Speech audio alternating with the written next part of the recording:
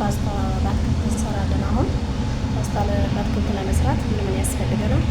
እዚህ ጋር ጥቅል ጎመን አለ፣ እዚህ ጋር ስፒናች አለ፣ እዚህ ጋር ዝኩኒ አለ፣ ሽንኩርት አለ፣ ቀይ ሽንኩርት፣ ካሮት አለ። እንደምታዩት ሁሉም ነገሮች ሬዲ ካረግን በኋላ እዚህ ጋር ነጭ ሽንኩርት አለን። ሁላችሁ ነጭ ሽንኩርት ካላይ ፈጭቼ ስለማስቀምጠው ነው። ይቅርታ ትንሽ ቀርቦ ስለምሰራበት ትንብላለች። ክትናችን ምን ይመስላል? ዝግዛግ ሆቴል እናስባለን። በጣም የሚገርም እና የሚጣፍጥ ሰርተን እናሳያችኋለን። አሁን ክትናችን ነው ይሄ ጽድት ያለ ክትችን ነው የምንሰራው። ፓስታ ደግሞ ያወጣሁት ያሳያችኋለሁ። ፓስታ ማዋል ፓስታ ነው የምንጠቀመው። ፓስታ ነውና 120 ግራም ፓስታ ነው የምንጠቀመው። ለአንድ ፖርሽን ሲወጣ ደግሞ ቪዲዮ ያሳያችኋለሁ። አሁን መጥበሻችን ላይ ዘይት እናደርጋለን። ትንሽ ዘይት እናደርጋለን። መጥበሻችን ጋር ሲል ሽንኩርታችንን ትንሽ ሽንኩርት አድርገን ሽንኩርታችንን እናቁላላለን።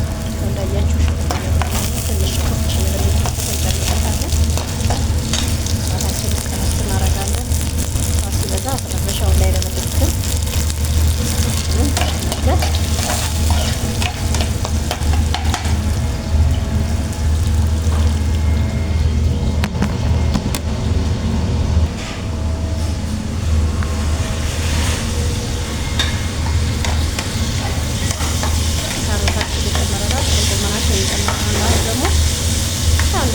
እያበሰልን እናደርገዋለን። ፓስታችን እዚህ ጋር እየበሰለልን ነው። ፓስታው እስከሚደርስ ድረስ እኛ ፓስታ ስንሰራ ትንሽ ነው የምንቀቅለው። የተቀቀለ ምናምን የዋለ ምናምን አናወጣም። እውነቱን ለመናገር ከሆነ ይኸውላችሁ የቀቀልኩ ነው። ስቴን አያችሁ ፓስታ እየበሰለ ነው። አሁን እያበሰልኩ ነው።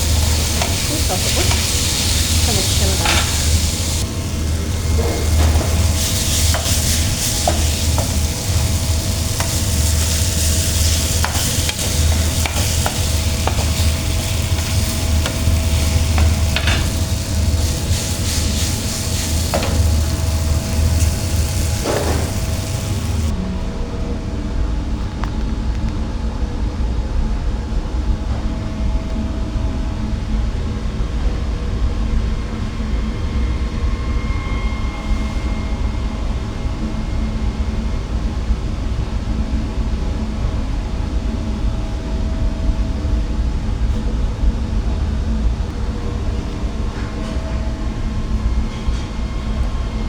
ፓስታችን ሲያልቅ ይመስላል። እናመሰግናለን።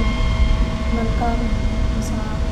እኔም የመሰለ ፓስታ በጣም ቆንጆ ጣፋጭ ጤነኛ ፍሬሽ ወዲያው የሚሰራ አሰራሩ ደግሞ ትንሽ ትንሽ ሙሉ ያልተሟላላቸው ከስር ጽፍላችኋለሁ።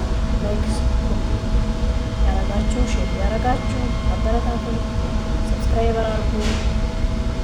ቻናላችን ላይ ነውና የተለያዩ ምግቦችን ቻናላችሁ ሁሉ ትጋበዙልኝ።